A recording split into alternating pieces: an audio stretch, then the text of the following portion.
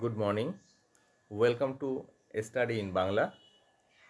4 June 2025 তারিখের current অ্যাফেয়ার্সগুলো চলো দেখে নিই। প্রথম প্রশ্নটা কি আছে বলছে, কে 80তম জাতিসংঘের সাধারণ পরিষদের অধিবেশনের সভাপতি নির্বাচিত হলেন? এটি উত্তর হয়ে যাবে অ্যানালেনা বাইবোর্গ। অ্যানালেনা বাইবোর্গ। এর সম্পর্কে একটু দেখি। এই যে ছবি আছে জাতিসংঘের লোগো, জাতিসংঘের এখানে অ্যানালেনা বাইবোর্গ আছেন। ইনি কে এনার পরিচয় হচ্ছে প্রাক্তন জার্মান পররাষ্ট্রমন্ত্রী অ্যানালেনা বাইবোর্গ। এনাকে জাতিসংঘের 80তম অধিবেশনের সভাপতি হিসেবে নির্বাচিত করা হয়েছে। পশ্চিম ইউরোপীয় গোষ্ঠীর প্রথম মহিলা ইনি, এবং আজ পর্যন্ত যত সভাপতি হয়েছে তার মধ্যে সবথেকে কনিষ্ঠতম অ্যানালেনা বাইবোর্গ। আরও কিছু আমরা দেখি এনার সম্পর্কে। একটু পিছনে যাই, দেখো এখানে যে নামগুলো আছে, ফিলেমন ইয়াং। ফিলেমন ইয়াং হচ্ছে এর আগের যে সভাপতি ছিলেন, মানে 79th হচ্ছেন ফিলেমনা ইয়াং। এবং আজ পর্যন্ত জাতিসংঘের সাধারণ পরিষদের অধিবেশনের সভাপতি 5 জন মহিলা হয়েছেন। 5 জন মহিলা। তার মধ্যে ভারতবর্ষের বিজয়লক্ষ্মী পণ্ডিত হচ্ছেন প্রথম মহিলা হচ্ছেন বিজয়লক্ষ্মী পণ্ডিত, যিনি জাতিসংঘের সাধারণ পরিষদের অধিবেশনের সভাপতি করেছেন। এটা ছিল জাতিসংঘের সাধারণ পরিষদের 8ম অধিবেশন। সেই সময় বিজয়লক্ষ্মী পণ্ডিত, যিনি প্রথম মহিলা সভাপতি হিসাবে সভাপতির দায়িত্ব পালন করেন। এছাড়া বলে রাখি, এই সভাপতি পদটা প্রতি বছর নির্বাচিত হয় এবং প্রতি বছর এক একজন করে নতুন করে ব্যক্তি আসেন, তিনি সভাপতি নির্বাচিত হন এবং তার কার্যভার তিনি পালন করেন। ঠিক আছে, এবার দেখো জাতিসংঘ সম্পর্কে আমরা কিছু জানি। জাতিসংঘ 1945 সালে 24শে অক্টোবর প্রতিষ্ঠিত হয়। 51টি রাষ্ট্র জাতিসংঘ সনদের স্বাক্ষরের মাধ্যমে এটি আত্মপ্রকাশ করে। মানে যখন প্রতিষ্ঠা হয়েছিল তখন 51টি রাজ্য বা রাষ্ট্র এতে স্বাক্ষর করেছিল যে সনদে। বলছে 2020 সালে প্রতিষ্ঠিত পূর্ববর্তী বিলুপ্ত লিগ অফ নেশনের স্থলাভিষিক্ত হয়। দেখো, প্রথম বিশ্বযুদ্ধের পর 1920 সালে লিগ অফ নেশন প্রতিষ্ঠিত হয়েছিল এবং 1939 সালে দ্বিতীয় বিশ্বযুদ্ধ শুরু হওয়ার সঙ্গে সঙ্গে লিগ অফ নেশনের অস্তিত্ব শেষ হয়ে যায় এবং দ্বিতীয় বিশ্বযুদ্ধ সমাপ্ত হওয়ার পরে এই জাতিসংঘের প্রতিষ্ঠা হয়। পরে দেখি, ওই যে প্রতি বছর 24শে অক্টোবর যেদিন জাতিসংঘ প্রতিষ্ঠিত হয়েছিল সেদিন জাতিসংঘ দিবস পালন করা হয়। বর্তমানে জাতিসংঘের সদস্য রাষ্ট্র কথা 193টি। জাতিসংঘের প্রধান 6টি অঙ্গ রয়েছে কি? সাধারণ পরিষদ, যার সভাপতি নিয়ে আমরা আলোচনা করলাম। এছাড়া আছে নিরাপত্তা পরিষদ।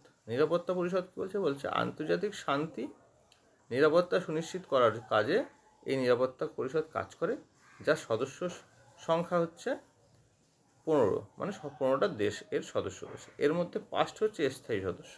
সে 5 জন কারা? আমেরিকা যুক্তরাষ্ট্র, গ্রেট ব্রিটেন, ফ্রান্স, রাশিয়া এবং চীন। এছাড়া আরও 10টি অস্থায়ী সদস্য আছে। এই 10টি অস্থায়ী সদস্য দেশগুলো 2 বছরের মেয়াদে নিযুক্ত হন। 2 বছরের মেয়াদে, মানে 5টা দেশ আজকে নিযুক্ত হলো, পরের বছর আর 5টা দেশ নিযুক্ত হবে, পরের বছর আস্তে আস্তে আগের যে 5টা দেশ তারা চলে যাবে এবং নতুন 5টা দেশ নিযুক্ত হবে। এইভাবে 10টা অস্থায়ী সদস্য, মানে এরা পরিবর্তন হতেই থাকে 2 বছর অন্তর। যেমন 2025-26 পাকিস্তান কিন্তু এই অস্থায়ী সদস্য পদে আছে পাকিস্তান। ঠিক আছে, এছাড়া বিভিন্ন আরও 10টা দেশ আছে। বর্তমান অস্থায়ী সদস্য পদে আরও 10টা দেশ আছে। ঠিক আছে, যাই হোক, পরের প্রশ্ন। এছাড়া কি বলেছে, আর কি আছে, আমরা এখানে কি দেখলাম যে কটি অঙ্গ, 6টি অঙ্গ, মানে 6টা আলাদা পরিষদ আছে, তার মধ্যে সাধারণ পরিষদ হয়ে গেল, নিরাপত্তা পরিষদ হয়ে গেল। আর থাকলো কি, অর্থনৈতিক ও সামাজিক পরিষদ, কচি পরিষদ, আন্তর্জাতিক আদালত। এই আন্তর্জাতিক আদালতের সদর দপ্তর কোথায়, নেদারল্যান্ডের হেগ শহরে। ঠিক আছে, এটা ভালো ইম্পর্টেন্ট একটা কোশ্চেন, পরীক্ষায় মাঝে মাঝে দিয়ে থাকে বিভিন্ন পরীক্ষাতে। এই আন্তর্জাতিক আদালতের কাজ কি, বিভিন্ন ধরনের আন্তর্জাতিক সমস্যা এবং বিভিন্ন ধরনের আন্তর্জাতিক সমস্যার সমাধান। যেমন মনে করো, তোমরা যারা জানো,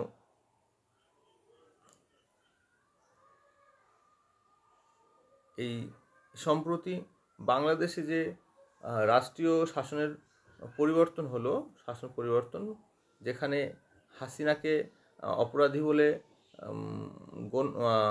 প্রমাণ করার চেষ্টা করলো বাংলাদেশীয় বিভিন্ন রাজনৈতিক মহল। তো সেই যে কেসটা বা সেই সংক্রান্ত যে সমস্যাটা, সেটা কিন্তু বর্তমানে আন্তর্জাতিক আদালতে আছে। এছাড়া সচিবালয় আছে, এটা সচিবালয় হবে, হ্যাঁ, এটা সচিবালয়। এটা হচ্ছে কি, বর্তমানে মহাসচিবকে অ্যান্তনিও গুতেরেস। সদর দপ্তর কোথায় বলছে, জাতিসংঘের সদর দপ্তর হচ্ছে যুক্তরাষ্ট্রের নিউ ইয়র্ক সিটির ম্যানহাটনে। এছাড়া আরও বেশ কিছু প্রধান কার্যালয় আছে, বলছে সুইজারল্যান্ডের জেনেভাতে আছে, নেদারল্যান্ডের হেগ, যেমন নেদারল্যান্ডের হেগে কী আছে, আন্তর্জাতিক বিচারালয়, জেনেভা, অস্ট্রিয়ার ভিয়েনা এবং অন্যান্য স্থানেও এর বিভিন্ন ইম্পর্টেন্ট গুরুত্বপূর্ণ সব সচিবালয় বা গুরুত্বপূর্ণ কিছু দপ্তর আছে, দপ্তরের সদর আছে। ঠিক আছে, পরের প্রশ্ন দেখো, বলেছে কোন মন্ত্রণালয় কৃষি নিবেশ পোর্টাল চালু করেছে। এটা করেছে, দেখো কৃষি দিয়ে আমরা বুঝতে পারছি, হয়ে যাবে কৃষি ও কৃষক কল্যাণ মন্ত্রণালয়। এর সম্পর্কে কী আছে দেখো, বলছে কৃষিতে কেন এটা চালু করা হয়েছে, কৃষিতে বিনিয়োগ বাড়াতে ও ত্বরান্বিত করার জন্য কৃষি ও কৃষি কল্যাণ মন্ত্রক কৃষি নিবেশ পোর্টাল চালু করেছে। এটি কৃষিখাতে কেন্দ্রীয় ও রাজ্য সরকারের পরিকল্পনাগুলিতে সহজে অ্যাক্সেস সরবরাহ করে। বর্তমানে এটি কৃষি অবকাঠামোর তহবিলের ও পশুপালন অবকাঠামো উন্নয়ন তহবিলের মতন 17টি মূল প্রকল্পের তথ্য দেয়। মানে এই একটা যে পোর্টাল, এই পোর্টালে গেলে বিভিন্ন যে সমস্ত সরকারি প্রজেক্টগুলো আছে কৃষি এবং কৃষি পালন সম্পর্কিত, সেই সব পোর্টালের বিস্তারিত বিষয়গুলো এখান থেকে অ্যাক্সেস করা যাবে। পরের প্রশ্ন, যে কোন ভারতীয় ম্যাগনাস কার্লসনকে পরাজিত করে নরওয়ে দাবা 2025 শিরোপা জিতেছে। এটি জিতেছে ডি গুকেশ। মনে রাখবে, উনি 52টা চাল, এবার যে খেলাটা হয়েছিল 52খানা চাল দিয়েছিল। সে 52টা চালের মধ্যে আমাদের বর্তমান পৃথিবীর মধ্যে যে 1 নম্বর দাবাড়ু ম্যাগনাস কার্লসনকে পরাজিত করে 52 চালে জিতে গেছে। যাই, এবার দেখো ডি গুকেশ সম্পর্কে আমরা একটু দেখিনি। ওই যে ডি গুকেশ একজন ভারতীয় দাবা গ্র্যান্ডমাস্টার এবং বর্তমানে বিশ্ব দাবা চ্যাম্পিয়ন। তিনি মাত্র 18 বছর বয়সে এই খেতাব জিতেছিল। কোন খেতাব? বিশ্ব দাবা চ্যাম্পিয়নের খেতাব, যা তাকে দাবা ইতিহাসের সর্বকনিষ্ঠ বিশ্ব চ্যাম্পিয়ন হিসেবে প্রতিষ্ঠিত করেছে। আরও কিছু দেখি, ওই যে বিশ্ব দাবা চ্যাম্পিয়ন তিনি জিতেছে কত সালে? 2024 সালে তিনি চীনের ডিং লিরেনকে পরাজিত করে বিশ্ব দাবা চ্যাম্পিয়ন জিতে ইতিহাস তৈরি করেছে। গ্র্যান্ড মাস্টার, মাত্র 12 বছর 7 মাস 17 দিন বয়সে তিনি গ্র্যান্ড মাস্টার উপাধি অর্জন করে, যা তাকে দাবার ইতিহাসে তৃতীয় সর্বকনিষ্ঠ গ্র্যান্ড মাস্টার করে তোলে। ডি গুকেশ বিশ্বনাথ আনন্দের পরে দ্বিতীয় ভারতীয় যিনি বিশ্ব দাবা চ্যাম্পিয়ন হয়েছেন এবং বর্তমানে ভারতের 1 নম্বর দাবাড়ু তিনি। এবার দেখো পরের প্রশ্ন, দেখো বলছে ক্ষীর ভবন মেলা কোন রাজ্যে আয়োজন করা হয়েছে? ক্ষীর ভবন মেলা, এটা হচ্ছে জম্মু অ্যান্ড কাশ্মীর। দেখো আমাদের বিভিন্ন পরীক্ষা আমরা দেখেছি আর্ট এবং কালচার থেকে বিভিন্ন প্রশ্ন আছে। তো যেহেতু এটা জম্মু কাশ্মীরের একটা মেলা, বিগত কিছুদিন যাবৎ জম্মু কাশ্মীর নিয়ে বিভিন্ন উত্তেজনামূলক সংবাদ আমরা পেয়েছি, যেখানে পেহেলগামের হামলা থেকে শুরু করে তাকে কেন্দ্র করে অপারেশন সিঁদুর, তো সেই সমস্ত কারণে এই কোশ্চেনটা দেওয়া জম্মু কাশ্মীর। এটা ক্ষীরভবন মেলা নামটা কেন হলো, এটা কি আসলে? এটা হচ্ছে, আমরা জানি যে ভারতীয় হিন্দু শাস্ত্রমতে দেবী দুর্গা বা পার্বতীর বিভিন্ন রূপে বিভিন্ন জায়গার পুজো হয়, এবং সেখান কাশ্মীরে, জম্মু কাশ্মীরেও এই পুজোটা হয় পার্বতী বা দুর্গার, এবং সেখানে এই মেলাতে প্রচুর পরিমাণে ক্ষীর, মায়ের প্রধান ভোগ হিসেবে ক্ষীর দেওয়া হয়, সেই জন্য এটা ক্ষীরভবন মেলা। ঠিক আছে, পরের প্রশ্ন বলছে first international conference on glacier preservation 2025 কোথায় অনুষ্ঠিত হবে? First international conference on glacier preservation, এটি অনুষ্ঠিত হলো কাজাকিস্তান। এটা অনুষ্ঠিত হলো কোথায়? কাজাকিস্তান। দেখো বলছে যা সম্প্রতি তাজাকিস্তান, তাজাকিস্তান ওকে,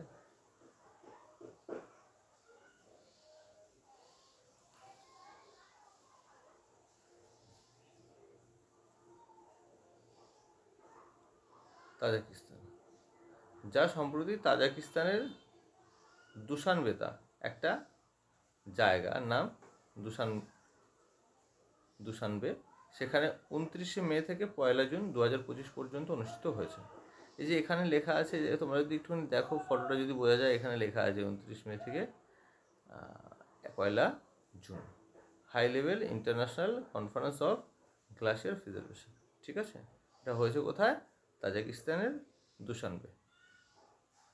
এবার দেখো যে এই সম্মেলনের মূল উদ্দেশ্য কী ছিল? যেহেতু গ্লাসিয়ার নিয়ে, তাদের গ্লাসিয়ার নিয়ে কিছু হবে, বলছে গ্লাসিয়ারগুলো দ্রুত গলে যাওয়া রোধ করতে এবং তাদের সুরক্ষার প্রয়োজনীয়তা তুলে ধরতে বিশ্বব্যাপী মনোযোগ আকর্ষণ করে। দেখো আমরা কিছুদিন আগে একটা করলাম যে নেপালের একটা গ্লাসিয়ার পুরো তাকে মৃত বলে ঘোষণা করা হয়েছে, এবং দেখা যাচ্ছে যে আমাদের আন্টার্কটিক রিজিয়নের প্রায় 40% বরফ এই কিছু বছরে গলে গেছে। তো শুধু আন্টার্কটিক রিজিয়ন না, পৃথিবীর সমস্ত গ্লাসিয়ার যেখানে যেখানে আছে, সেই সব গ্লাসিয়ারগুলো দ্রুত গলছে, এবং দ্রুত গললে কী হবে আমরা জানি যে সমুদ্রের জলস্তর অনেক পরিমাণে বেড়ে যাবে, এবং বাস্তুতন্ত্র নষ্ট হবে, এবং যেহেতু সমুদ্রের জলস্তর অনেক পরিমাণে বেড়ে যাবে, তার ফলে সমুদ্র তীরবর্তী যে সমস্ত শহরগুলো আছে, নগরগুলো আছে, সেগুলো সব ধ্বংস হয়ে যাবে। আর আমরা জানি পৃথিবীর সবথেকে বড় বড় শহর নগর সব সমুদ্রের পাড়েই আছে। তো যাই হোক, পরে দেখো কী বলেছে, বর্তমান ভারতের পরিবেশ ও বন ও জলবায়ু মন্ত্রকের প্রতিমন্ত্রী শ্রী কীর্তিবর্ধন সিং সম্মেলনে ভারতের প্রতিনিধিত্ব করেন।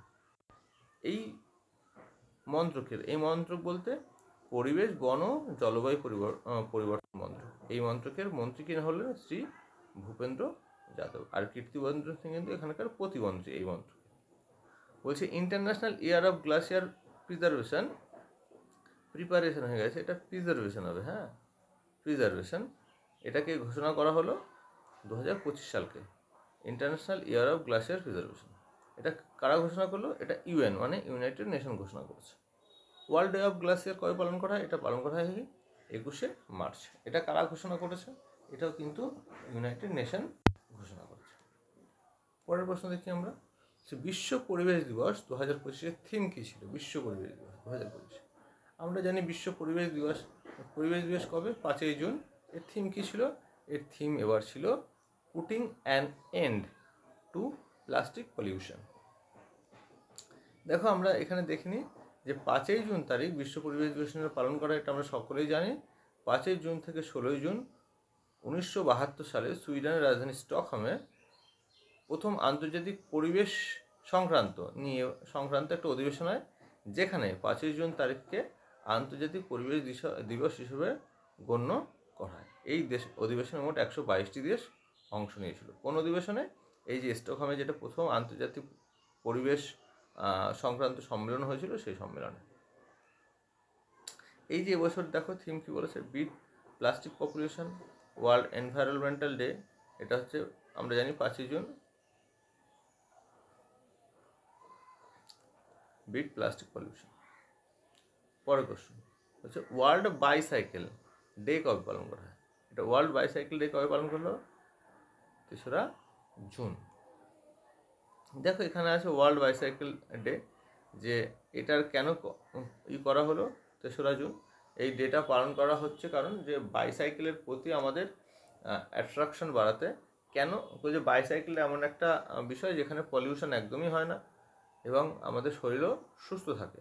এবং তোমরা জানলে অবাক হবে না যে বিভিন্ন দেশ, আজ পর্যন্ত বিভিন্ন দেশ এমন আছে, ইউরোপের বিভিন্ন দেশ, উন্নত দেশ, সেখানে অফিসে যাওয়ার কাজ এবং ছোট ছোট দূরত্ব যাওয়ার জন্য বাইসাইকেল মানুষের সবথেকে প্রথম পছন্দ।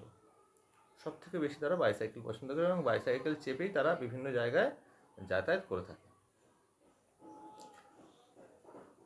পরের প্রশ্ন, পরে দেখো কি বলছে। 3 জুন তারিখে ওয়ার্ল্ড বাইসাইকেল ডে পালন করা হয়। 2018 সালে ইউনাইটেড নেশন বাইসাইকেল ডে পালন শুরু করে।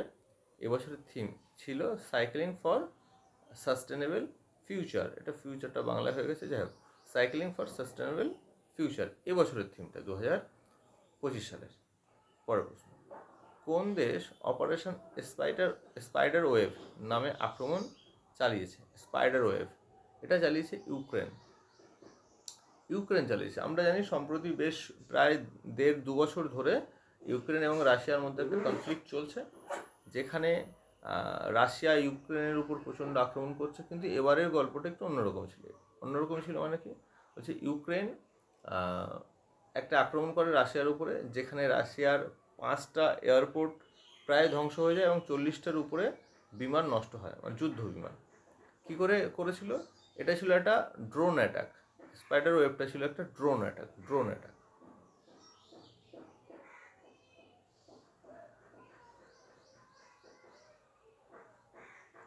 এটা ড্রোন অ্যাটাক ছিল। কী হয়েছিল? যে গাড়িতে করে প্রচুর সংখ্যক ড্রোন রাশিয়ার বর্ডার পার করা হয় এবং সেখান থেকে ড্রোনটাকে এআই সিস্টেমের মাধ্যমে চালিয়ে ওটাকে রাশিয়ার ভেতরে প্রায় 2000 থেকে 5000 কিলোমিটার ভেতরে ঢুকিয়ে সেখানে নিয়ে এই ড্রোনটাকে অ্যাক্টিভেট করা হয় এবং প্রচুর পরিমাণে সেখানে ধ্বংস করা এয়ারপোর্টগুলোকে। এবং বলা হচ্ছে এই অ্যাটাকটা ছিল বিশ্বের সবথেকে বড় drone attack, operation spider wave. ঠিক আছে, পরের প্রশ্ন বলছে IATS world air transport summit 2025 কোথায় অনুষ্ঠিত হলো? এটা অনুষ্ঠিত হলো কি নয়াদিল্লিতে। এই যে আছে নয়াদিল্লিতে, নরেন্দ্র মোদী এতে ভাষণ দিয়েছিল এই সামিটে। এটা কিন্তু একটা ইন্টারন্যাশনাল সামিট। হ্যাঁ, এটা হচ্ছে ইন্টারন্যাশনাল এয়ার ট্রান্সপোর্ট অ্যাসোসিয়েশন। ঠিক আছে, IATA হচ্ছে ইন্টারন্যাশনাল এয়ার ট্রান্সপোর্ট অ্যাসোসিয়েশন। এই অ্যাসোসিয়েশনের মধ্যে কি হলো, ওয়ার্ল্ড এয়ার ট্রান্সপোর্ট সামিট অনুষ্ঠিত হলো কত 2025 সালে। এটা হলো কোথায়? নয়াদিল্লিতে। এই সামিটে নরেন্দ্র মোদী ভাষণ দিয়েছিলেন। এটা কোথায় হয়েছে আমরা একটু দেখে নেব। এই সম্পর্কে হচ্ছে world air transport summit air transport summit 2025 1 থেকে 3রা জুন ভারতের নয়াদিল্লিতে ভারত মণ্ডপম কনভেনশন সেন্টারে অনুষ্ঠিত হলো। ইন্টারন্যাশনাল এয়ার ট্রান্সপোর্ট অ্যাসোসিয়েশন এর 81তম সাধারণ সভাও এখানে অনুষ্ঠিত হলো। এবং এই ভালো করে দেখো, বলছে 81তম বার্ষিক সভা এবং এই সামিট একসাথে অনুষ্ঠিত হলো। এটা হলো কোথায়? নয়াদিল্লিতে। এবছর ইভেন্ট হোস্ট ছিল ইন্ডিগো। ভারতের প্রধানমন্ত্রী নরেন্দ্র মোদী এই অনুষ্ঠানে ভাষণ দিয়েছেন। প্রথমবার এই এটি অনুষ্ঠিত হয়, মানে এই সামিট অনুষ্ঠিত হয় কত সালে? 1945 সালে। কোথায়? কানাডায়। এভিয়েশন ইন্ডাস্ট্রির উন্নতির জন্য এখানে আলোচনা চলে, এভিয়েশন ইন্ডাস্ট্রির উন্নতির জন্য। পরের প্রশ্ন দেখো, বলছে নল সরোবর বন্যজীব অভয়ারণ্য কোথায় অবস্থিত?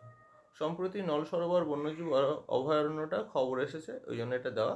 এটা অবস্থিত হচ্ছে